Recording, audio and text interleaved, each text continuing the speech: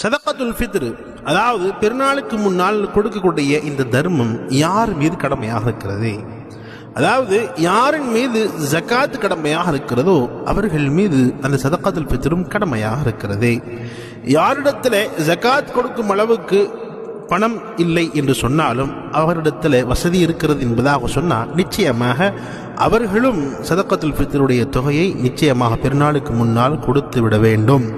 பெருநாளுடைய அந்த தொகை என்ன என்பதாக சொன்னால் ஹனஃபி பிரகாரம் நம்ம கோதுமையாக கொடுத்தோம் சொன்னால் 1 கிலோ 633 கிராம் கோதுமை கொடுக்க வேண்டும், அல்லது அதனுடைய கிரயம் 90 ரூபாய் வருகிறது. அந்த பணத்தை நிச்சயமாக அந்த பெருநாளுக்கு போகிறதுக்கு முன்னாடி நம்ம கொடுத்துடணும்.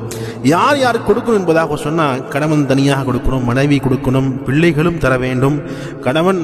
கணவன் மனைவி மக்கள் அனைவருக்குமே சேர்த்து கொடுக்கிறார் என்பதாக சொன்னால் நிச்சயமாக அதுவும் கூடிவிடும். தவறு